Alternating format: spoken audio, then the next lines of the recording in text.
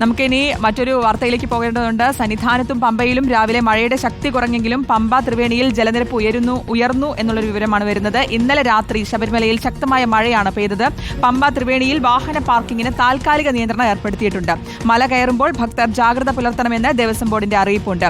വിവരങ്ങളുമായി പ്രവീൺ പുരുഷോത്തമൻ ചേരുന്നുണ്ട്. Praveen, good morning. സന്നിധാനത്തും പമ്പയിലൊക്കെ ശക്തമായ മഴയാണോ? അതിപ്പോൾ പമ്പ ത്രിവേണിയിലൊക്കെ ജലനിരപ്പ് ഉയർന്നിരിക്കുകയാണല്ലേ? Good morning. പമ്പയിലും സന്നിധാനത്തും ഇന്നലെ രാത്രിയിൽ ശക്തമായിട്ടുള്ള മഴയാണ് പെയ്തത്. പക്ഷേ ഇന്ന് പുലർച്ചയോടുകൂടി മഴയുടെ ശക്തി അല്പം കുറഞ്ഞിട്ടുണ്ട്. പക്ഷേ മഴയുടെ ശക്തി കുറഞ്ഞെങ്കിലും പമ്പ ത്രിവേണിയിൽ ജലനിരപ്പ് ഉയർന്നു തന്നെയാണ് നിൽക്കുന്നത്. നല്ല ഒഴുക്കുമുണ്ട്. സാധാരണ ശബരിമല ഭക്തർ ദർശനത്തിനെത്തുന്നവർ പമ്പ ത്രിവേണിയിൽ ഇറങ്ങി അവർ സ്നാനം ചെയ്ത ശേഷമായിരിക്കും മലകയറ്റം ആരംഭിക്കുക.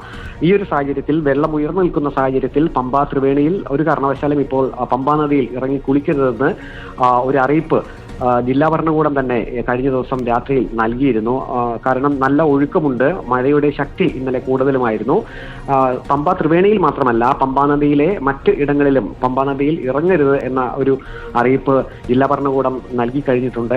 കുളിക്കടവുകളിലും ഇറങ്ങരുത് എന്നുള്ള നിർദ്ദേശമാണ് നൽകിയിരിക്കുന്നത്. സാധാരണ ദർശനത്തിനെത്തുന്നവർ പമ്പാ ത്രിവേണിയിൽ വാഹനം പാർക്ക് ചെയ്ത ശേഷമായിരിക്കും അവർ മല കയറുക. പമ്പാ നദിയിൽ വെള്ളം ഉയർന്ന ഒരു സാഹചര്യത്തിൽ അവിടെ വാഹന പാർക്കിങ്ങിനും ഇപ്പോൾ നിയന്ത്രണം ഏർപ്പെടുത്തിയിട്ടുണ്ട്. മാത്രവുമല്ല, മല കയറുന്ന ഭക്തർ അതീവ ജാഗ്രത പുലർത്തണമെന്ന ഒരു അറിയിപ്പ് കൂടി തിരുവിതാംകൂർ ദേവസ്വം ബോർഡ് അറിയിച്ചിട്ടുണ്ട്. പമ്പാ നദിയിലും ത്രിവേണിയിലും പരിസരത്തുമെല്ലാം പോലീസിന്റെയും ഫയർഫോഴ്സിന്റെയും ഒക്കെ ശക്തമായിട്ടുള്ള സുരക്ഷാ ക്രമീകരണങ്ങൾ ഒരുക്കിയിട്ടുണ്ട്.